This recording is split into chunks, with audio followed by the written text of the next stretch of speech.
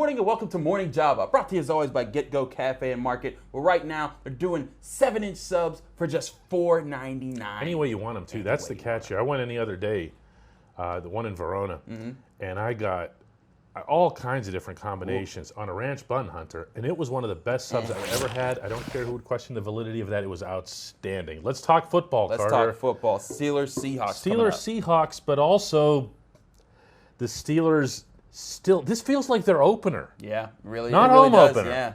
Because nothing happened in that first game to advance the cause, and particularly on offense. Especially on offense. I mean, Randy Fichtner came out and admitted that, he messed up. That he was terrible. Yeah, he was terrible. But altogether, nothing made sense. On what planet, Dayon, should Ryan Switzer get 67% of the offensive snaps while James Washington gets 52% and James Conner gets 46%? Well, that means Conner didn't play for more than half the game. No, I know, but it's not just, to me, it's not so much James Washington versus Switzer as it is James Washington versus Dante Moncrief. And he got 90%. Are you talking about his drop rate? Pretty much. I mean, how do you just keep throwing to him? That's a really good question. And everything about this felt like a lack of conviction, and I wrote that from Foxborough. It felt like a lack of conviction from the head coach on down, and sure enough, what do you know, in Randy Fichtner's remarks, which I thought were stunning on Thursday, in which he basically said that he was rattled by the fact that they couldn't execute these running plays, and it ended up affecting his next few play calls. What does that mean? What does that even mean? I don't know. What did that mean? Yeah, and that kind of yearns you for the day back when Todd Haley said we had the first 20 play calls set up so that you didn't have to worry about that. But who doesn't? I mean, we're not talking about first. He wasn't talking about first drive. I think he was trying to find a way to excuse his way out of the three straight tosses to Jalen. It's like, look, it wasn't working. You even had your tight end in the same motion, and the Patriots are sitting there going, really? I mean, the first and second times it worked. They got 5 yards and they got 4 yards. The third time, the linebacker was like, oh, well, if you're going to come here again, I'll just take that gap. Thank you. I mean, they did try. I mean, at least like on the third one, I think it was Jalen tried to cut back. It's just a bad game plan that was executed. Conceived without conviction and then executed without conviction. And where do you go from there, man? You gotta go back to your drawing board and say, look, we do these things well. We have to show that in a game. That's right. You got to know for yourself that you do those things well before you set foot in the stadium. That's when you see it on the field. And conviction looks like. Conviction looks like coming out with an established plan saying, hey, we're going to attack here. We're going to identify these things. And it looks like. It looks like beating the Seahawks and putting up at least 2 touchdowns within, I'd say. How? You come out. You say, what did I write about in the Roethlisberger article? You got to use more motion. You got to look like you're identifying what the Seahawks are trying to do. What I will say is when I look at the Seahawks, you look at that first game against the Bengals, there were a lot of very shaky things in their secondary. People think that communication problems. They looked terrible. They looked terrible. It wasn't shaky. Did you see the one touchdown that John Ross had? We're talking about Seattle against Cincinnati, by the way. Yeah. Tedrick Thompson, the safety for the Seahawks, he's in the right position for this deep ball to John Ross at the end of the first half. There's 7 seconds left in the half, and he just jumps in front of the ball and just watches it go over his head, and John Ross catches it for a touchdown. Look, a lot of people expected Seattle to have one of the worst secondaries in the NFL. They certainly didn't let anybody down in that regard. But again, I'm swinging back to Pittsburgh. Okay, conviction. What does it look like? You could have 2 running back sets. We saw it in cameos. Okay, you could see the ball getting forced if that's what it takes to Juju, to Vance. Okay, to me that's conviction. Having James Conner break tackles instead of doing that.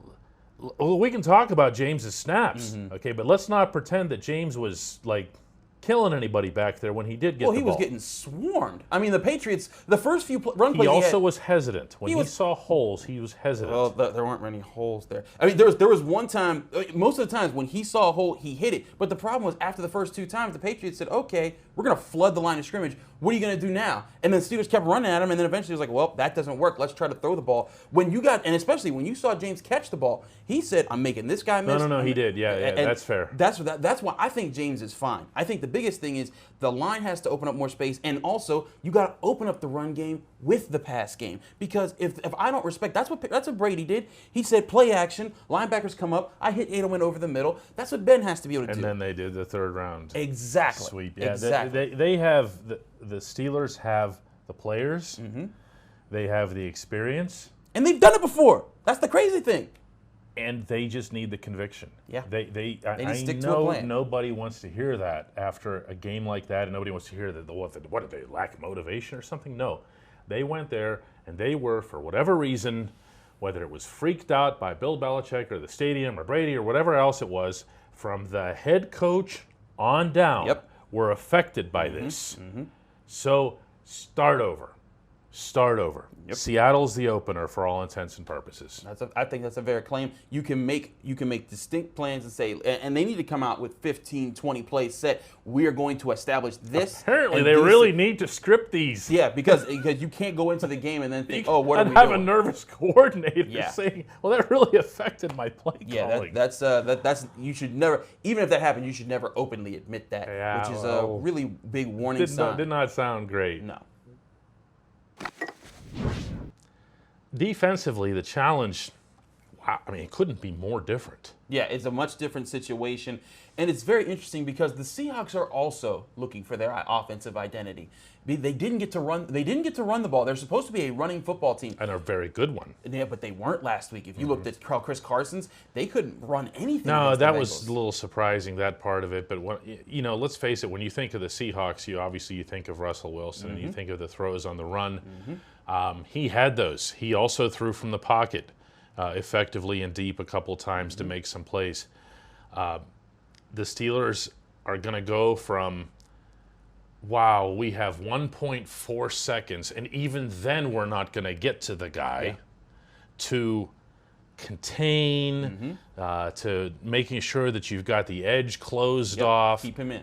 And at the same time, pressuring him or making him swing in a direction. That's actually been the main thing under Mike Tomlin for years, is when you have the scrambling quarterback, you're probably not going to bring him down, but at least make him run in a direction that he doesn't want to run to. And that would be to Wilson's left. One thing that I think really works out for the Steelers is both the centers for the Seahawks right now are dealing with injuries. Now, they might be able to play, but they looked really shaky last week. Geno Atkins ate their lunch. It was really rough for them. He does that to everybody. He does that to everybody, but they couldn't find their own continuity. This is a chance for Cam Hayward, Javon Hargrave, and Stephon Tuitt to set the tone, push this pocket back. And Russell Wilson, he's not having a 1.7 second release time from the ball being snapped to the ball being out of his hands. He's going to be sitting in the pocket trying to make things happen. And when he does, he's going to try to break loose. But you got to collapse that pocket and force him to have to make plays. And then you got to trust T.J. Watt, Bud Dupree, and the rest of the defense to be ready for those moments. Cam told me something interesting in Foxborough. And Cam, if the Steelers win a game by 60 points, Cam will just focus on whatever it is that they could improve upon. That's just his personality. He was still able to find one positive in that. He said that, I think it was late in the second quarter, that they started just funneling basically toward the middle. Yep. And it wasn't just Hargrave. I mean, they ran Bud there, stunts, something there was a really good, that we saw back in Latrobe. They started funneling through the middle, and that was forcing Brady to at least move his launch spot to one side or the other, or to move the football. At least that worked. Did they otherwise, though? These three gentlemen that you just mentioned, Hargrave, Tuitt, and Hayward, did they have enough pressure? It's always so hard to gauge against New England. No, they didn't have enough, but you saw that had they done a better job with identifying and communicating on the behind them, they would have forced Brady to hold the ball, and then the pressure would have gotten there. Because there were times, I mean, there was that one time, Javon Hargrave, he just took the guard and just shoved him into the backfield, and he was coming for Brady. Brady had to get rid of it real fast. Just a leverage move. Yeah. Exactly. And you saw those happen. And you saw that happen a few times early in the run game. They have still that potential, and they're going to do that at some point this season. I think the Seahawks are a good chance for them. I'm not sold on their offensive line, and they've got 4 guys returning from last year. They even have Dwayne Brown, the guy that used to be a huge tackle for the Texans. But this is a group that he's still huge. He's still huge. Yeah, as long as we're clear on that. Yeah. No, he's still huge. I know what you meant. He's not as good as he used to be. Yeah. But the thing is that the Seahawks, you can take advantage of this offensive line and force Russell Wilson to have to make more crazy plays. Is there, I wrote in the column from up there that out of the Steelers' 53-man roster, that one player rose above everybody else, and he was the only one who rose up, in my view, and that was T.J. Watt. Is there any other player that you would have put in anywhere near his category? As far as how they played? Yeah. Yeah, exactly. Yeah. Well, and the thing was, Watt was one guy. Watt had a rough game himself. I mean, I would say Hargrave because he didn't get that many snaps. But Watt, I mean, there were so many times. There was times they were sending Josh Gordon to block him, and then the tight end, and then the guard. They were triple teaming T.J. Watt at times. But that's also having an impact. Right. Okay? And that's when 48 needs to come in and have his impact. I agree. And Bud and I talked about this after the game. Bud was hesitant too.